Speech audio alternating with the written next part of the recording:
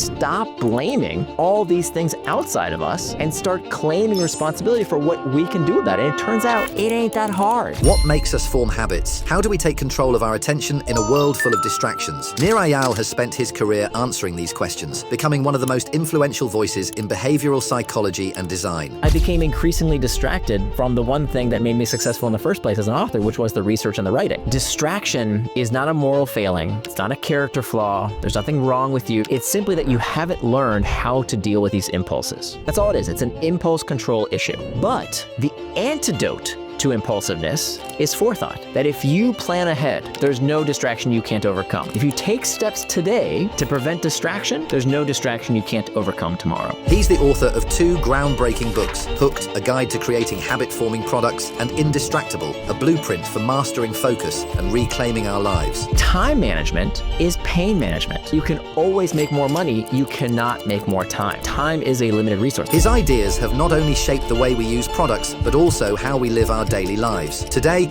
Nir reveals the patterns that drive human behavior and how we can use them to design a better future.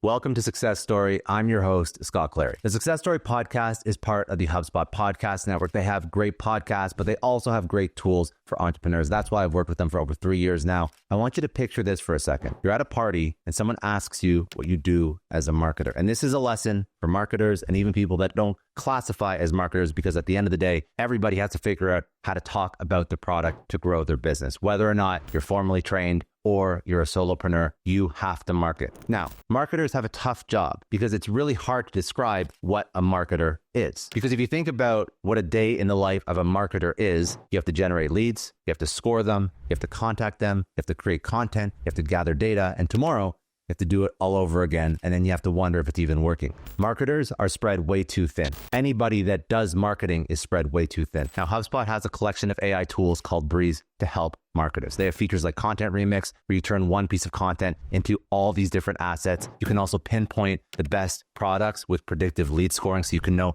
who's actually going to buy your product or service. You can level up your campaigns with KPIs and analytics. So your day-to-day as a marketer becomes less busy work and more driving revenue through the roof. So remember, everybody at the end of the day has to be a marketer. And more importantly, you'll have a way easier time describing what you do at parties. If you want help marketing your product or service, if you want to grow your business, visit HubSpot.com/marketers to learn more.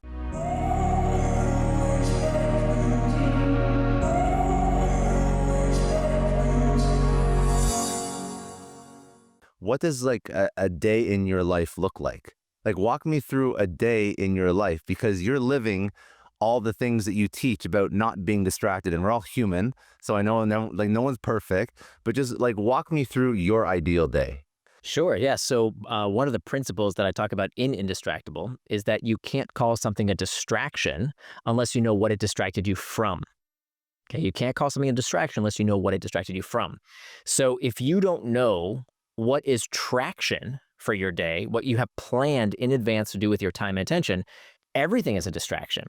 So I use this technique called time boxing, which is one of the most well-studied techniques out there, one of the most well-verified, way more scientific backing and studies than techniques like to-do lists. Actually, these time boxes eat to-do lists for breakfast. It's such a better technique. And it essentially utilizes the psychological principle of setting what's called an implementation intention, which is just a fancy way of saying you're planning out what you're going to do and when you're going to do it.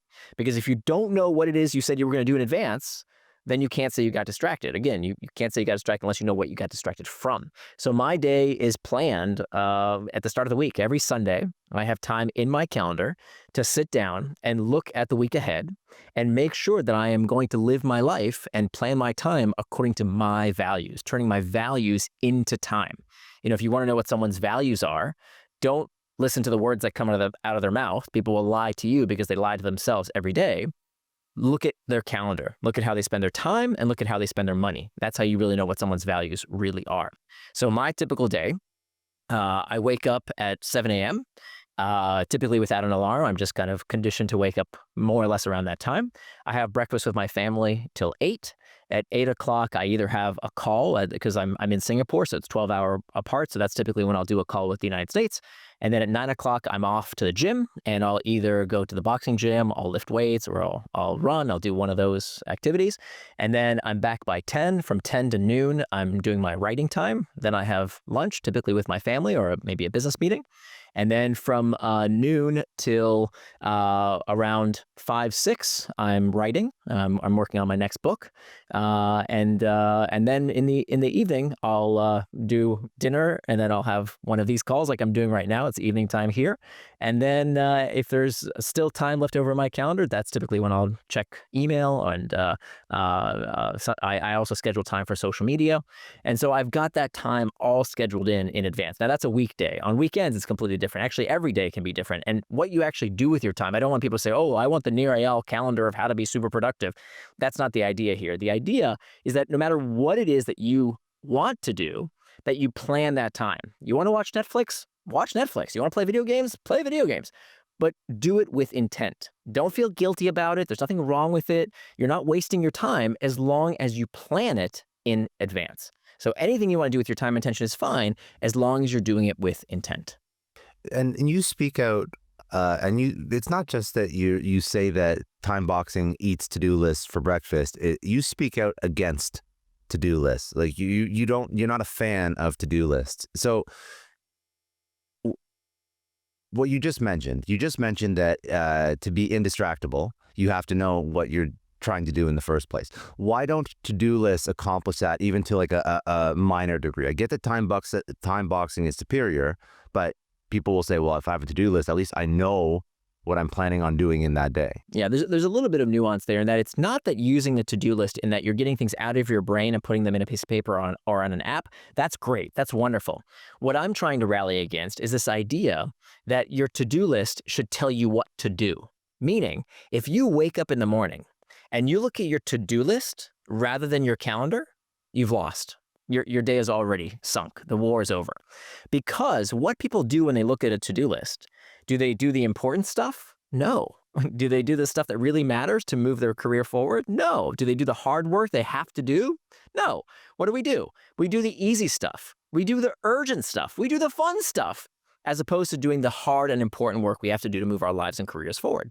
So getting things out of your brain and putting them on a piece of paper, wonderful. But that's step one.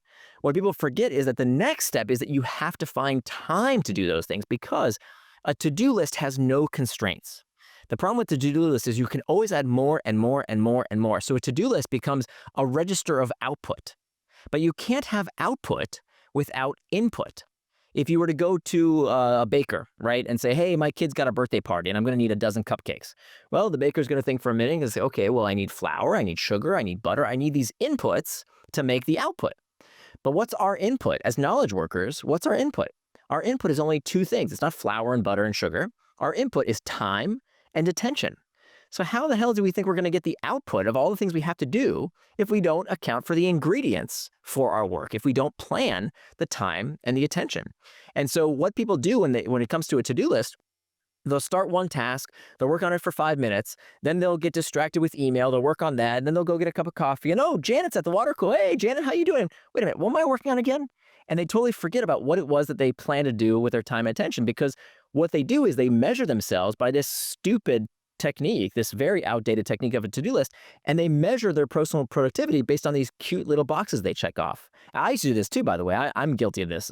What I would do, this is embarrassing to admit, I would finish a task, and then because I hadn't put it on my to-do list, I would go back and write it into my to-do list just for that satisfaction of checking it off, right? How stupid is that? Oh, that's bad. Right? That's bad. Very bad. That's the tyranny of the to-do list. And so that's a ridiculous thing that I would do, because that's kind of how I measured my self-worth. Well, if I checked off lots of boxes, then I'm being productive. That's dumb.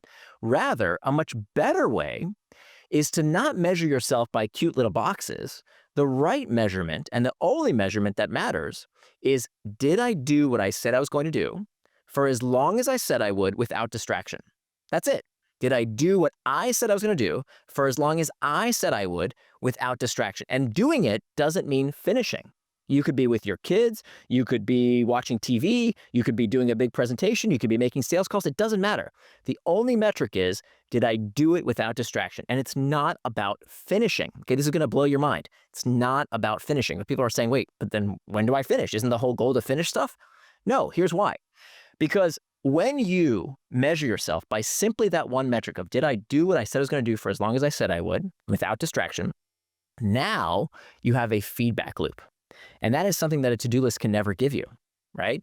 People have no idea how long things take. And we know from surveys that on average, this is called the planning fallacy, people take 3 times longer to finish a task than they estimate. Why? Because there's no feedback loop to know how long things take. Whereas when you say to yourself, hey, I'm just going to work on this one task for 15 minutes, 20 minutes, 30 minutes, doesn't matter. I'm just going to work on this one task for 30 minutes without distraction. Now you start creating a feedback loop. Now you can say to yourself, hey, I worked on this thing for 30 minutes, and let's say I've got to do a 30-slide presentation. Okay, well, I worked on it for 30 minutes, and I got 3 slides done. That means in order to finish the entire presentation, I need 9 more time boxes to get the entire task done. And now you have this feedback loop where you can learn for the first time how long things take. To-do lists can never give you that. I would also assume if you put time constraints, then you will actually finish that thing, even though you'll get a feedback loop as to how long that time that particular segment will take. That thing's going to be done much quicker than just an open-ended to-do list, because then again, the work will fill the time that it's allocated regardless. Bingo. So this is the big irony, is that actually the people who don't run their life on a to-do list and rather run their life on a calendar based on a time box calendar, they actually finish more. And it's not just your intuition. Studies have found this, that people who keep a time box calendar, they finish more. They get more done. At the end of the day, they are more productive than the to-do list devotees, and they do it without guilt. Here's the problem. So many people think that this to-do list methodology is the way to go, that even when they have some free time, even when they want to enjoy a leisure activity, like I used to do, I would get home from work and I would look at this to-do list, and I've got a million things that I still didn't do, right? Because again, to-do lists have no constraints. So here's all these things I wish I would have done, and they're all staring me at the face, right? All these things I didn't do. And so what does that do to your psyche if day after day, week after week, month after month, year after year, you didn't do what you say you're going to do? Loser. And that's when people start concocting all these silly reasons. I'm no good at time management. I'm a Sagittarius. I have some undiagnosed whatever. And really, there's nothing broken about you. There's nothing wrong with you. It's a stupid time management technique we keep using. Whereas when you use a time box calendar, now when you come home from work and you just want to watch Netflix or play a video game or hang out with your kids, that's exactly what you're meant to do. Now that's traction, because that's what I said I was going to do. Everything else becomes distraction. Nir, tell me your story. When did this concept or the passion for this particular topic enter your life? Because I know this wasn't just you throwing a dart at a board of different topics to write a book about. So this was something that obviously had a major impact on you. So obviously you're a regular professional. You probably, like you mentioned, subscribe to the sort of the old to-do list that everyone else does. Walk me through sort of that inflection point origin story of this topic in your life. Yeah, so I'm a little different from I think most authors in that I don't write books about things I know about. I write books about things I want to know about. And so I only write books when I have a problem in my own life.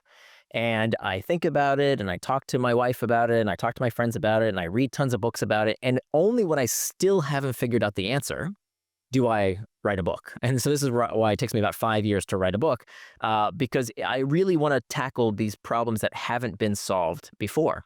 And so when I read every book on this problem that I personally had, right, when I became somewhat successful with my first book, and I started getting speaking engagements, and I started getting consulting opportunities and investment opportunities and all these great opportunities, I became increasingly distracted from the one thing that made me successful in the first place as an author, which was the research and the writing. And so I needed to kind of reset my own relationship with distraction. And all the books on the topic kind of said the same thing, right? Stop using technology so much. Stop using email. Stop checking social media. Well, thanks, but that's not really practical, right? Like for most of us, if we stop using email, we stop checking social media, we're going to get fired. We're going to lose our jobs. And these tools are wonderful. And so I didn't want this anti-tech Chicken Little attitude of, oh, technology's melting our brain and it's all technology's fault and all the problems of the world are because of technology. It's silly. It's ridiculous. I love technology. I mean, look, here we are. You're in Miami. I'm in Singapore. We're talking through these magical screens right now, basically for free. I mean, this is science fiction when I was a kid. And so here we are living this amazing future. But the price of all that progress, the price of information at your fingertips, the price of instant communication, the price of all this entertainment that we have is that, you know what, we need to grow up a little bit. We need to stop blaming and shaming everything around us and learn these new techniques because it's not your fault, right? You didn't invent social media.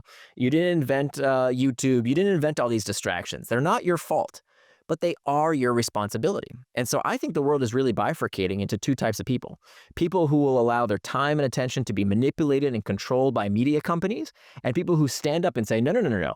I'm going to decide how I control my attention and how I choose my life because I am indistractable. And so I think this is the superpower of the century. Like, we think about all these skills we want to learn and these practices and all these things, but if you can't pay attention long enough to turn that information into wisdom, it's as if that information didn't even exist in the first place.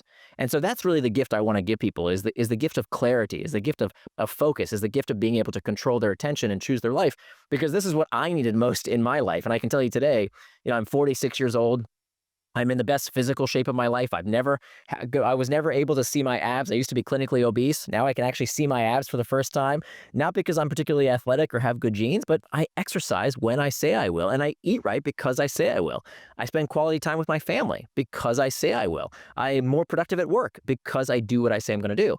And it turns out that when you have that critical keystone habit, all kinds of other good things happen, right? People want to be friends with people who are reliable and have integrity. People want to do business with people who do what they say they're going to do.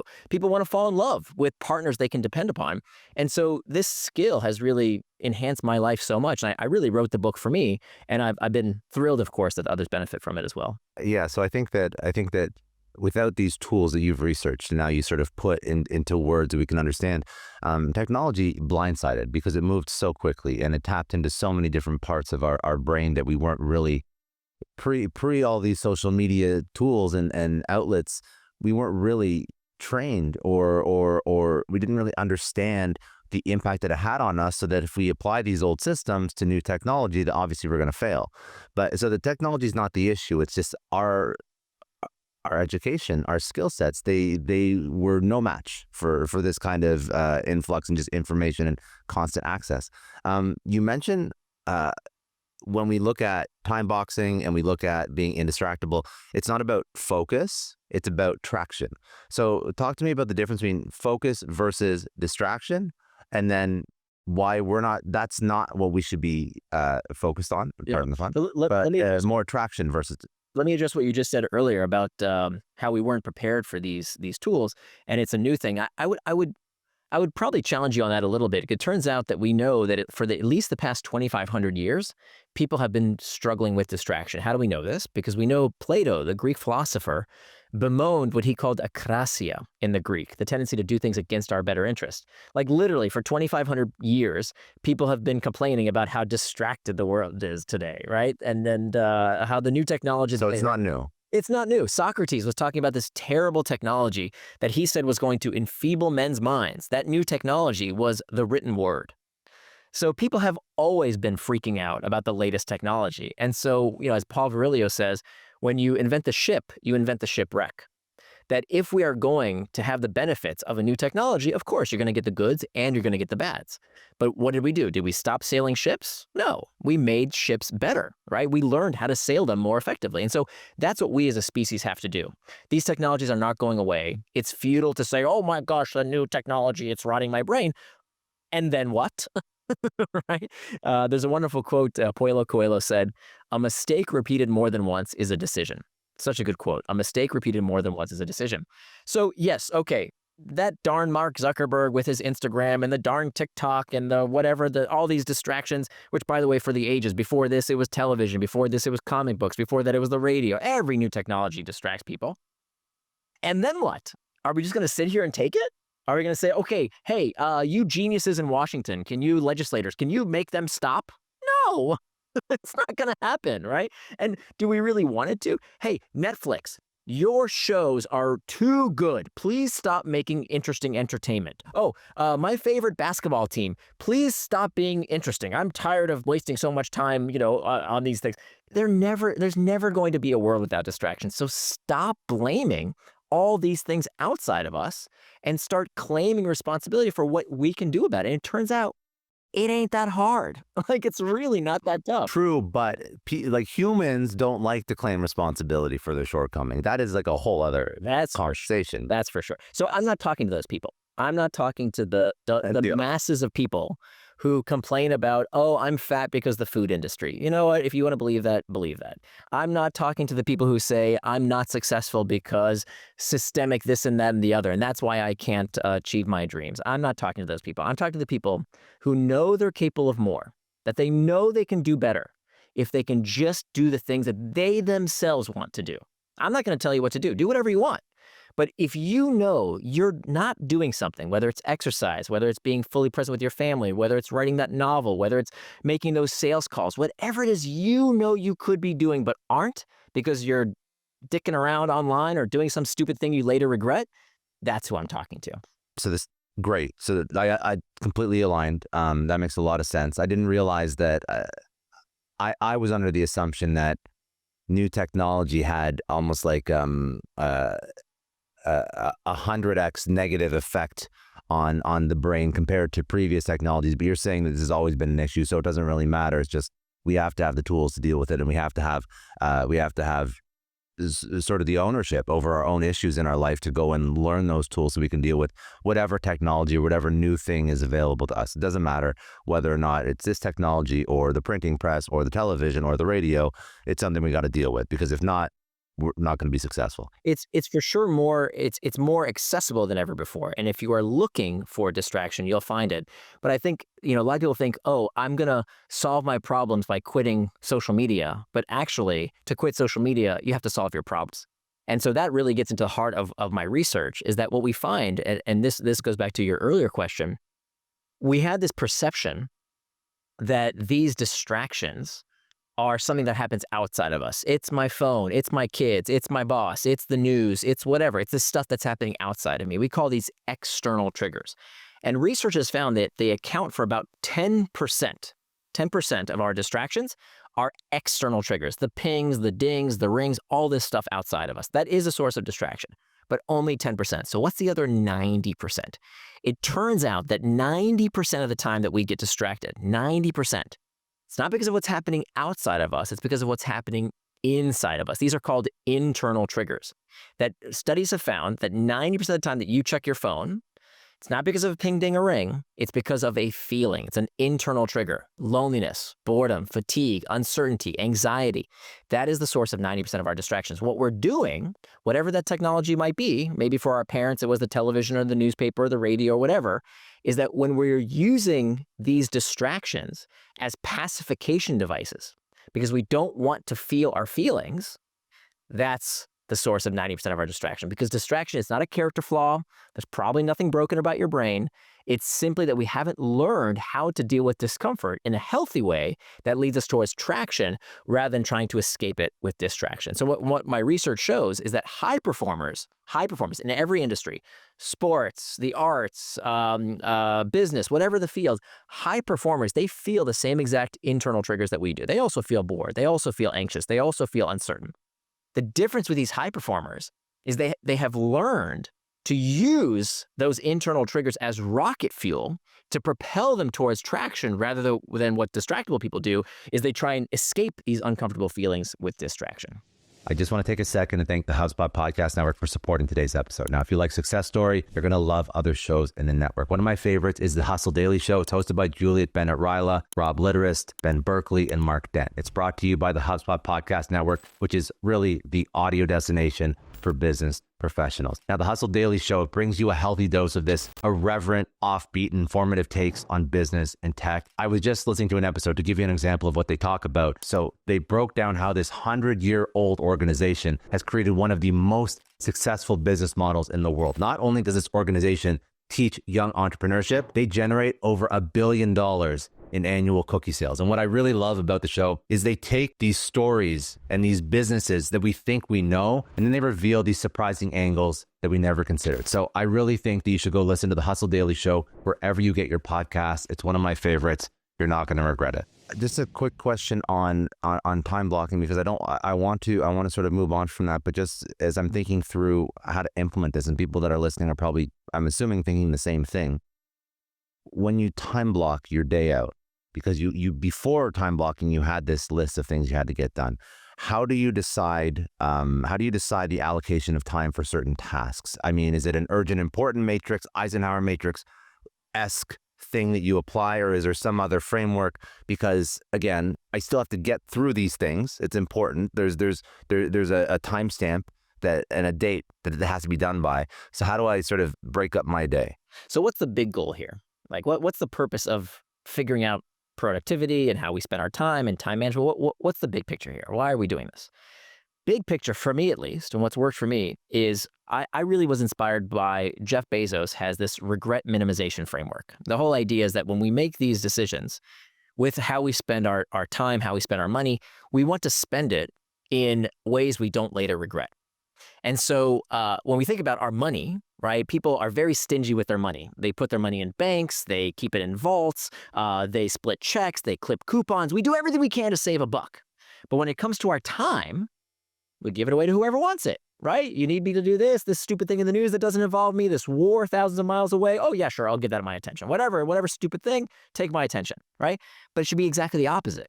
Because while you can always make more money, you cannot make more time, right? Time is a limited resource. I don't care if you're Jeff Bezos or Elon Musk, you have the same 24 hours in the day, right? And a limited time on Earth. So we should be very stingy with our time, but generous with our money. And so the way we do that is by turning our values into time. It has to start with your values. In order to minimize regret, in order to look back at your day, your week, your month, your year, your lifetime, my goal, and the reason I did this research and wrote this book, was so that I can look back on every day, week, month, year, lifetime and say, you know what? I spent that the way I wanted to. Not the way a media company wanted me to, not the way someone else wanted me to, but the way I wanted to. And so to do that, I start with my values. And so here's what you do. You look at these 3 life domains. These 3 life domains start with you. You're at the center of these 3 life domains. If you can't take care of yourself, you can't take care of other people, you can't make the world a better place. So it starts with asking yourself, how would the person I want to become spend time taking care of themselves? And you look at your calendar in the week ahead. You take a blank calendar, whether you do it on paper or Google Calendar, doesn't matter, just any tool where you can see your week ahead. And you ask yourself, how would the person I want to become spend their time taking care of themselves? So for me, it's time for proper rest, right? I used to tell my daughter, oh, it's past your bedtime. And then one day she looked at me, she said, Daddy, do you have a bedtime? And she was absolutely right. I was being a hypocrite. Now I have a bedtime. Time to take care of myself by going to the gym. People say, oh, health is very, very important. That's super important. They'll spend too much money on vitamins and pills and potions and powders. But when it comes to spending time in the gym, do you have that time scheduled? Have you made that commitment to yourself to do that thing that you said you want to do for your personal health? So it comes down to first scheduling the time to take care of yourself. By the way, it can include time for fun. It should include time for fun. You love playing video games? Awesome. Put it in your calendar. You like social media? Put it in your calendar. That's the most important thing. Then the next life domain is your relationships. And I think part of the reason that we have a loneliness epidemic in the United States is because we have lost these institutions that used to hold time for relationships on our calendars. You know, we used to have the church group and the Kiwanis Club and the local events that now, as society became more and more secular, people don't have those institutions that brought them in. And I'm not saying you have to be religious per se, but we need to bring back those regular places in our calendar to interact with our relationships, especially men. Men in particular, we let our best buddies kind of go. You know, they move away, they drift away, and our relationships kind of starve to death. So put that time in your calendar for your most important friends, your family, your kids, your wife, your spouse, right? Whoever it is. If there's someone important in your life, then fill up your calendar with the time that you ask yourself, how would the person I want to become spend time with their most important relationships? That's the second life domain. The third life domain is work. Okay, most people start with work, and I actually think we should end with work. And then work subdivides into 2 kinds of work. Okay, this is where we spend most of our waking hours. Work can either be divided into what's called Reactive work is reacting to emails, reacting to notifications, reacting to taps on the shoulders from colleagues. That's reactive work. And then we have what's called reflective work. Reflective work is the kind of work that can only be done without distraction. Planning, strategizing, thinking, for God's sakes, requires us to work without distraction. Most people spend their entire day doing reactive work, right? They look to their email inbox to tell them what they do. They look at their to-do list to tell them what they do. They ask their boss what they should be doing, as opposed to planning at least some time in your day for that reflective work, right? That can only be done without distraction. And if you're not planning that time for reflective work, I promise you, you're running real fast in the wrong direction. So that's how we build that calendar. So when you look at you, your relationships, then your work, now you've filled out what your ideal week would look like. Is it going to be perfect? Are you going to follow it to the T? Of course not. You're always going to fall off track from time to time.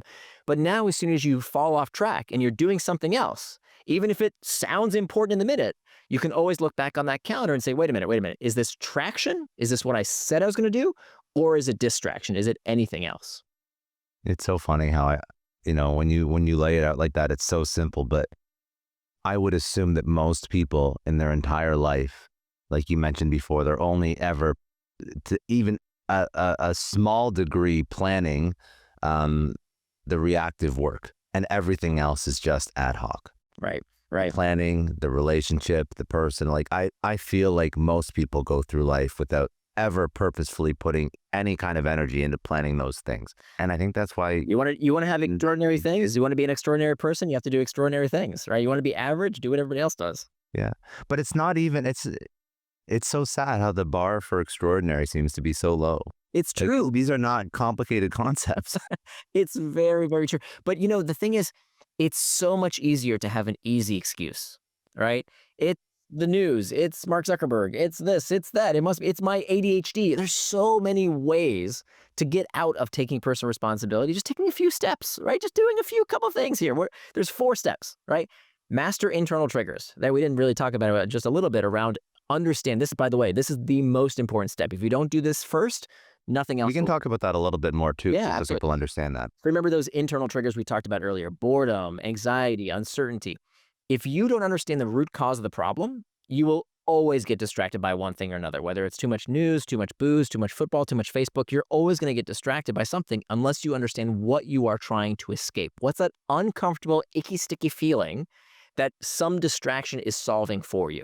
Okay, that's the first and most important step. If you don't solve that, nothing else matters. That you have to figure out how to master those internal triggers. And you don't have to go to therapy for this. You just have to have a tool in your toolkit ready to go, so that when you feel bored, when you feel anxious, when you feel lonely, when you feel uncertain, you know what to do with that sensation, as opposed to trying to escape it. Oh, I don't want to feel it. Let me click it away. Let me scroll it away. Let me drink it away. No, you're going to deal with it in a healthy way that leads you towards traction.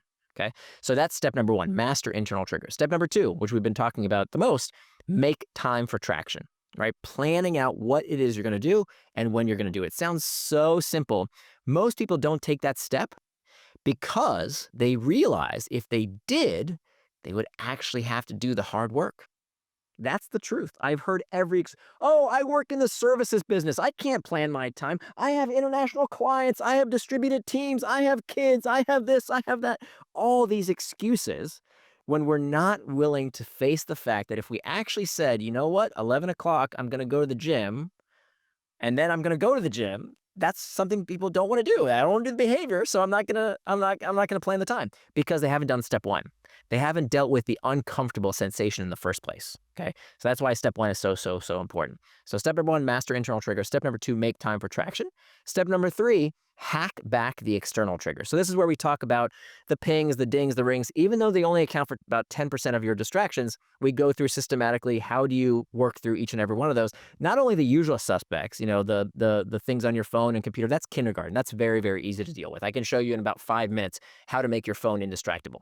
The harder stuff that people don't really want to deal with are the stupid meetings that are nothing but distractions that we didn't need to be in. The emails that didn't need to be sent or received that are nothing but distractions. Our kids, we love them to death, but they can be a huge source of distraction. So we go step by step through each and one of these external triggers.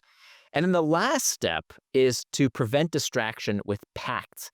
A pact is a pre-commitment device. It's when we decide in advance what will be the consequence of getting distracted, and we make a pact with ourselves or others to make sure that that doesn't happen. It's the last line of defense.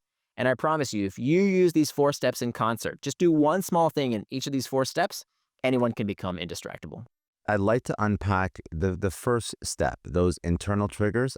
I don't even know if people understand, because I actually just heard this on another podcast the other day. Ironically enough, it's funny how it just came up. It was a Chris Williamson podcast speaking about every time you're depressed, you go on Instagram and you look for something funny, and then it distracts you from that depression or that anxiety, and then a week later, you're still not going to understand why you feel like shit, because you felt like in the moment you got over that feeling, but it's still like buried down deep inside you. And I don't think that many people before that, 5-minute talking point that I heard, I don't think many people truly think, oh, I'm purposefully going on social media because work's not going well or relationship's not going well. I don't know if everybody connects those dots so easily. So is there some science or some research or some just things that you've experienced as to how to understand how these triggers impact you, your brain, your mind, how social media maybe alleviates some short-term anxiety and some stress? Like, why do we fall into this loop? Totally. And I was on Chris's show when my book first came out in 2019, so maybe he remembers it from that episode. But this is what I've been trying to shout from the rooftops, is that we keep blaming the thing in front of us when really it's what's going on inside of us. And it always has been, right? I used to be clinically obese. Was I overweight because food tasted good? No. Was I overweight because I was hungry? Not really. You know why I was overweight? Because I was eating my feelings. I ate when I was bored. I ate when I was lonely. I ate when I felt ashamed about how much I had just eaten. That's how I became clinically obese. And if they're honest with you, that's how everyone becomes clinically obese. We're always eating our feelings, and just replace whatever that distraction of choice might be, whether it's too much social media, whether it's too much news, whether it's too much television, too much sports, too much booze. Just pick your poison. These distractions, there's nothing necessarily wrong with the thing you're using. It's about why you're using it, right? It's to what you are escaping when you are using these distractions. And if you can't deal with that deeper reason for why you are escaping, then you're always going to find something to take your mind off of that uncomfortable sensation. And so that realization, I think, should be incredibly empowering, because in fact, the reason we do anything and everything, right? The reason you use any product or service is only for one reason only. Only for one reason. Everything you do, everything you buy, everything you click, you always do to modulate your mood. It's to alleviate discomfort. We used to think about carrots and sticks, that metaphor of carrots and sticks. Turns out that's not true, right? That neurologically speaking, in the brain only does what it does for one reason. It gets us to act to escape discomfort. Because the carrot is the stick. The carrot is the stick. What do I mean by that? Even wanting to feel good, craving, desire, lusting, hunger, wanting pleasure is itself psychologically destabilizing. Does that make sense? Wanting something to feel good is itself uncomfortable. So everything you do is about the desire to escape discomfort, which means, therefore, that time management is pain management.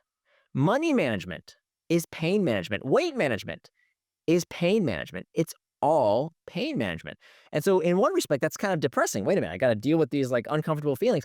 On the other hand, it's unbelievably empowering, because there's really only one source for all of these problems, right? It's that we need to learn how to deal with discomfort in a healthier manner that serves us rather than hurts us. It's so interesting that that phrase, the carrot is a stick. So when you think about improving your life, that actually triggers I'm assuming some sort of hormonal response, that is stress or anxiety, because your brain is understanding the journey that it's going to take. So you have to remove, it's almost like you're removing the feeling and the emotion out of it, and you're just looking at it very pragmatically. There's a difference between an emotion and a feeling. So an emotion, we use these words interchangeably in the vernacular, but there's actually a big difference. I have not done research. No, I have not done research. This, nor have I until I started researching this stuff and wrote, 2 books about it. But it's a very important distinction that an emotion is a physiological response. Okay, it's what happens to your body, right? When you feel thirst, when you feel hunger, when you feel heart palpitations, that is an uncontrolled physiological response. That's an emotion. A feeling is an interpretation. It's a psychological sensation. It's an interpretation of an emotion. So one of the reasons one of the ways, the methodologies that we get over these internal triggers and use them to lead us towards traction rather than distraction is that we have to reframe them. So for example, I've been a professional speaker now for about a little over a decade. And one thing you do not want as a professional speaker is to get stage fright. And I used to have terrible stage fright. Before I went on stage, I would get the sweaty armpits and I would get the heart palpitations and I would get the dry throat and I would get all these things right before I was about to step on stage. And I started having this dialogue that really made it worse and worse. I started ruminating on this dialogue with myself of, maybe I didn't prepare enough. Maybe I'm not cut out for this work. I'm going to mess it up. If I was really good, I wouldn't feel this way. I started this awful dialogue with myself about why I wasn't good enough. And then I came across this research about how you can reframe, and then I completely disconnected the story I had between the emotion and the feeling, right? The emotion was these physiological sensations, which I still get. I'll be honest with you. Right now, as I'm talking to you, I still have the heart palpitations and the sweaty armpits and the dry mouth. I still have that. That hasn't gone away. But I interpret it completely different. So now, right before I'm about to go on stage, I interpret the sweaty pits and the palpitations and the sore and the dry throat as, okay, my heart is beating faster so that I can get more oxygen to my brain so that I can deliver my best talk. Right? So it's not anxiety, it's preparedness, right? I'm rising to the occasion.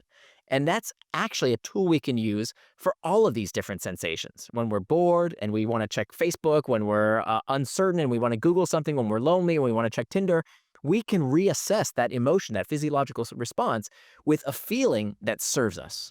I want to take a second and thank Range Rover Sport for supporting today's episode. Now, let's talk about tools that match your ambition, that match the ambition of everybody who's listening today, who has taken risks, who has up-leveled their personal, professional development, who has tried to build their own thing. Everybody listening gets it. There is a moment when the thing you're trying to build, the challenge that you're taking on, it finally starts to take off. There's like this rush of excitement and possibility, and that feeling that you get when you get behind of the wheel of a Range Rover Sport, because we've all had that perfect drive when the road, the car, and you're all in perfect harmony. But that's not just by chance. The Range Rover Sport is designed to make every drive feel that way. And the Range Rover Sport is not just for impressing others. It's how you feel behind the wheel. It's how you feel when things are going the way they're supposed to go. Whether or not you're navigating city streets, you're exploring back roads, the Range Rover Sport combines refinement with a sense of adventure. It matches your own versatile lifestyle. With features like adaptive off-road cruise control, you can tackle challenging terrain with confidence.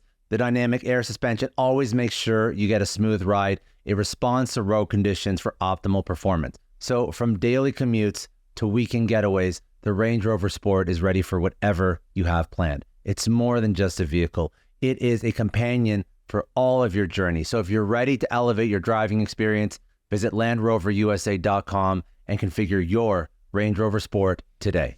But when you understand that physiological response or that emotion, does it not, because a lot of this, again, there's a physiological response, and then there's the mental interpretation, like the feeling of that particular physiological response.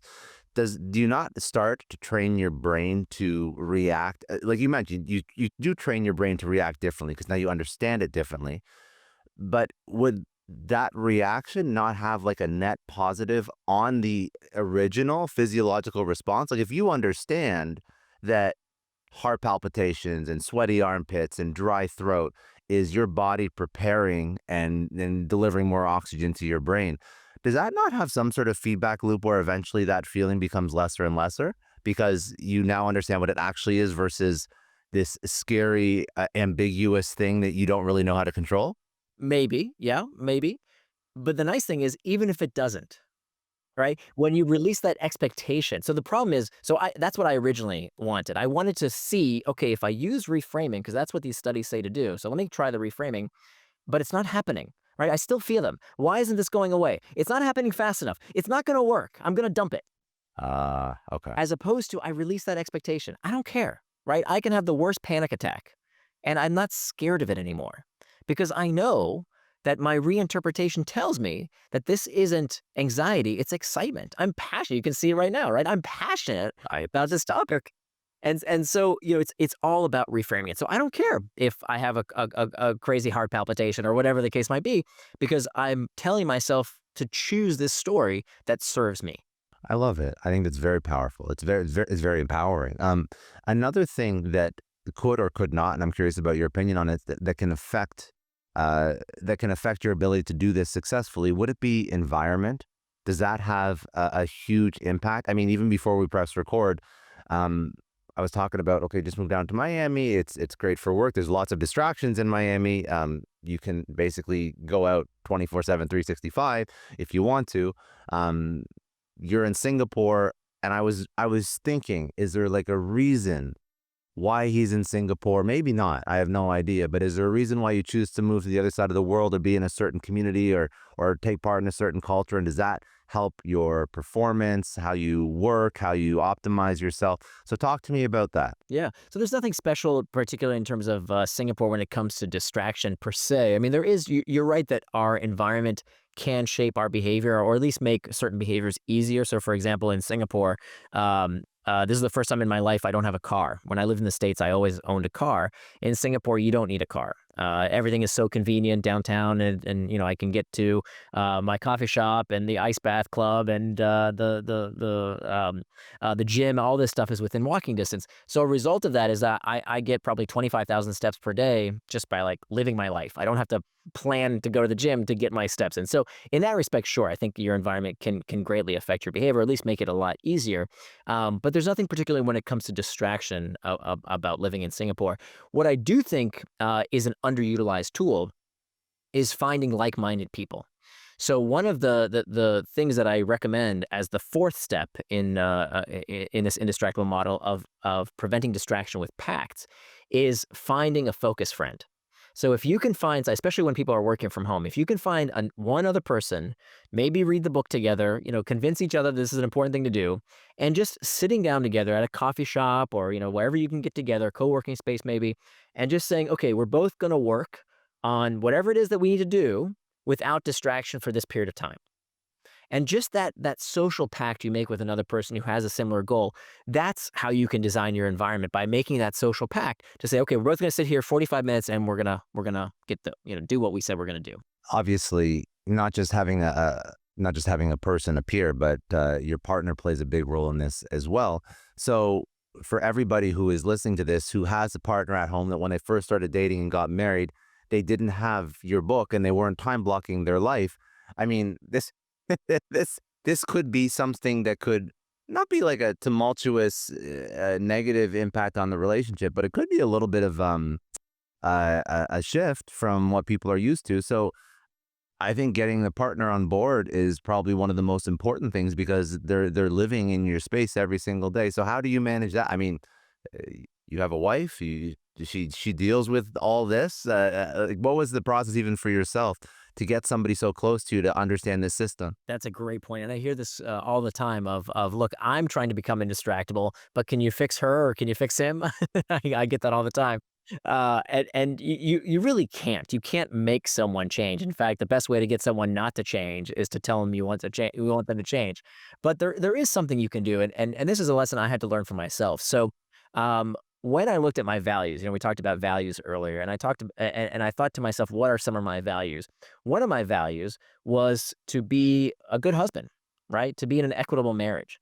And I remember for years, so I've been married now for 23 years. And I remember a few years ago, my wife and I had tons of fights over kind of the same thing, right? That she felt that I wasn't pulling my weight. And she would complain to me, right? She would say, can't you see the garbage is sitting there? Why don't you take it out? Can't you see our daughter needs to be fed? Why aren't you feeding her? Like, why aren't you making lunch? And my response to her was, honey, if you want me to do something, don't yell at me. Don't get upset. Don't nag. Just tell me what you need me to do and I'll do it. Right. And I thought, well, that's the solution. So simple. What I didn't realize is that I was asking her to do yet another job, which was to be my camp counselor. Right. I was adding even additional information or additional responsibility to the relationship on her side. And that really wasn't fair. And it wasn't until I started doing this research for Indistractable that I found the solution, that I found the answer to our prayers. And now I cannot remember the last time we fought. It's been years since we had an argument. And I'll tell you why. Because when I started time boxing, now my calendar became an artifact, right? It became a physical thing that I could print out and I could show her. And so every Sunday night after I make my calendar for the week, we sit down together, maybe for 10, 15 minutes. It takes us never more than that. She has her calendar, I have my calendar, and we do what's called a schedule sync. Okay, a schedule synchronization, schedule sync. We sit down together and we just look at each other's calendars and we say, okay, here's all the stuff that needs to happen. My daughter needs to be taken here on this day, and who's going to cook lunch on that day, and who's responsible for dinner, and who needs this, and who. We just sit down and we look at all these responsibilities and we make sure that they're taken care of so that she knows where I'm going to be and I know approximately where she's going to be. We look at each other's calendar, and through this schedule sync, I realized I wasn't pulling my weight. And now, instead of having this to-do list of things that sometimes I would do, sometimes I would forget, sometimes, now it's on my calendar. I know exactly when it's my day to make sure that the laundry's done or whatever the case might be. It's in my schedule. This has been life-changing. By the way, you can also adapt this technique for the workplace. So a lot of times I work with people who say, hey, I read your book, I love it, I'm indistractable, but my boss keeps distracting me. What do I do about them? Right? Like, it's great that I'm indistractable, but if my boss keeps bugging me every 30 seconds, how am I going to get any work done? This is where the schedule sync comes in handy. So when you sit down with your boss, what this is preventing, by the way, is the number one absolute worst piece of personal productivity out there. Let me go ahead and kill this golden calf right now. The worst piece of personal productivity advice is, if you want to be more productive, you have to learn how to say No. yes. That is the worst personal productivity advice. You're going to tell your boss, you're going to tell your wife, no? I can't tell my wife no. I don't know about your wife. I've heard that advice so much. I've heard that advice. I'm pretty sure I've tweeted about that advice too, because in theory, it makes so much sense. In theory, it makes so much sense. It's like, well, if I just said no more, and there's a subset of the population where that actually like resonates. Like, it resonates with me when I'm building my own thing and people are hitting me up for meetings and people are trying to shiny object syndrome me, and saying no repeatedly actually does help me focus. So but I get that not everybody's situation. And by the way, if I had investors or a board or a C-suite, I can't say no to them, because then like, I'm in a very particular situation at this point in my life where I'm running my own business. It's a smaller business, don't have investors, but this is not universally applicable advice by any means. So the best thing to do is to not say no, especially when it comes to someone who has power over you, like your boss, like your investors, like your spouse, right? Not to say no. You're going to piss them off. You're going to get fired. Instead, what you want to ask is when. You're not saying no. You're saying when. So when you do this schedule sync with your boss and you say, hey, boss, here's my schedule for the week. Okay. You see, here's what I'm planning to do for my 9 to 5 or whatever your working hours are. Okay. Here's this meeting. Here's when I plan to check email. Here's when I'm doing whatever project you asked me to do. Okay. Here's my schedule for the week. Now, you see this list over here? I mean, on this other piece of paper, here are all the things you asked me to do that I'm having trouble fitting into my schedule. And now you're going to ask your boss to do their most important job. Your boss's most important, maybe their only job, the only job of a manager. Manager has one job. That job is to prioritize. That everything else is details. A boss's job is to prioritize. So you're asking your boss to do their most important job, help you prioritize. Here's this list of things that I'm having trouble fitting in my schedule. How would you like me to prioritize? And what they're going to do invariably is to say, hey, you know that meeting that you said you were going to be in? That's actually not that important. But this project over here, that's way more important. Can you swap those out?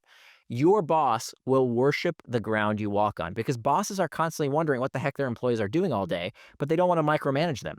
So don't let them micromanage you. Manage up. Manage your manager by showing them this time box calendar, showing them how you plan to spend your time, and getting their input to help you prioritize what's on your plate.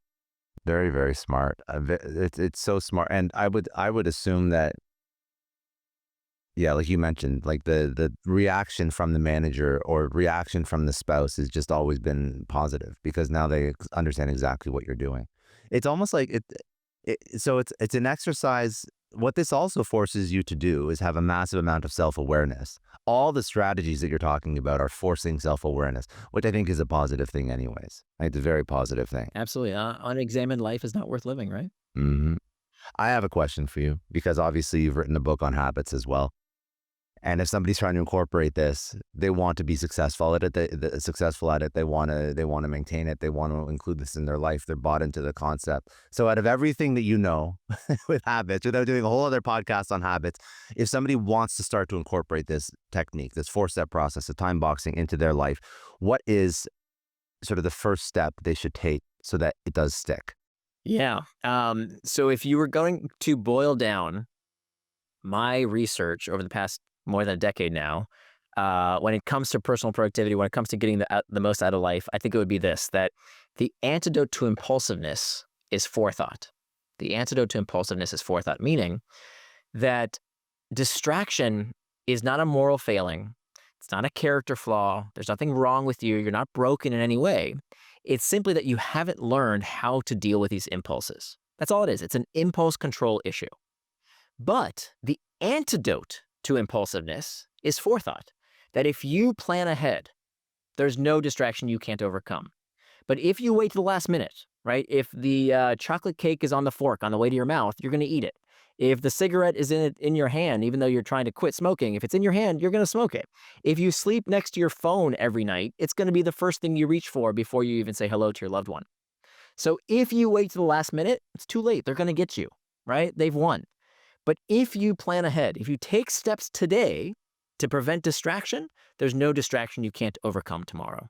So when you take these steps, you feel like long term, that's the answer to actually incorporating this successfully. It's you're taking the steps preemptively. Right. That's You really can't all that it leave boils it to the down last to. minute, right? The reason time boxing works is not because you quickly make a plan for the day as you're going through the day. You made it ahead of time so that it's accordance with and you did it, right? It's not imposed upon you. Nobody's being your mommy and daddy and telling you what to do. This is what you want to do to live without regret. And so that's really what it's all about is again, back to where we started around minimizing regret, living the kind of life that you're proud of because you did what you said you're going to do. And one more thing, one more quick thing. There's a great Henry Ford quote, or at least he's attributed to saying, "Whether you believe you can or you can't, you're right." So I know that many people listening, if you've listened this long in the episode, are thinking, "Nah, it's not going to work for me. I've got this reason, I've got this excuse, I've got this condition, I've got this trauma, I've got this thing that happened to me. And therefore, my life is different. It won't work." And you know what? If you think that, you're right, because you haven't even tried.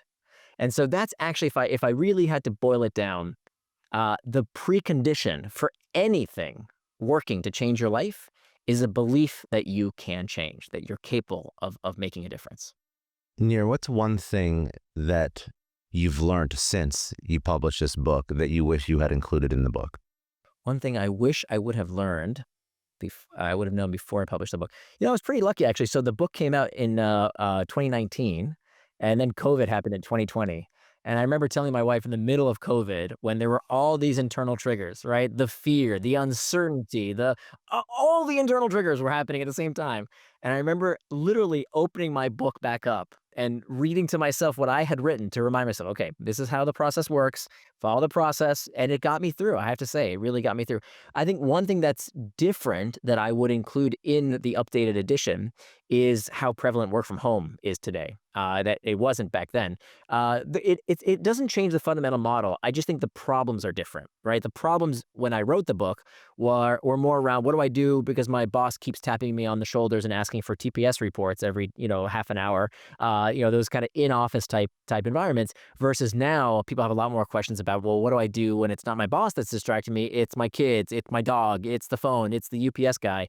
those are the kind of things that I didn't put in the first edition of the book, which will probably come in the next edition. But I do think that the framework is even more applicable. Not more applicable, but there's more distraction than ever because now you can do whatever you want. There's no VPN that's stopping you from going on Instagram or Facebook or YouTube. So the world is open to you if you're working from home. So I think this is even more important. It's a great point. Nobody's looking over your shoulder and yeah. saying, "Oh, what are you doing No. there?" Not at all. No, you could do whatever the hell you want. It may not work out for work, but listen, if you want to keep the job, if you want to progress professionally, if you want to do all the other things that are important to you in life, I think that's why it's so important because you can just be literally on YouTube all day, and that's not beneficial to anybody. Where do you want to send people? I know the book, it came out in 2019. Obviously, you can get it on Amazon or wherever you get your books. We'll drop it in the show notes as well. Other websites, social that you just want to leave people with so they can go check out your work? Yeah, my website is Nir and Far. That's my blog, nirandfar.com. And I tend to kind of blog my books as I'm thinking through different ideas. So I'm working on a new book now, so you can kind of follow that journey if that's interesting. And that's spelled Nir, like my first name, Nir and Far.com. And the book is titled Indistractable, How to Control Your Attention and Choose Your Life.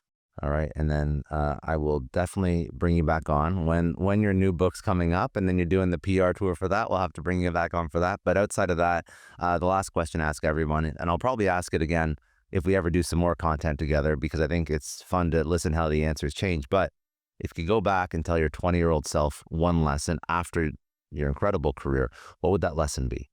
Ooh, that's a good one. Probably I would tell my younger self that things are going to work out. Things are going to be okay. I think I tend to, or at least I used to. I'm not this way anymore, but I think I used to make things a big deal, right? Like that things mattered. And I think the older I got, the more I realized this too shall pass, right? The good stuff, the bad stuff. We're just a tiny blue dot in a gigantic, vast, black vacuum of a universe, and none of this stuff at the end of the day matters. So enjoy the ride while you can.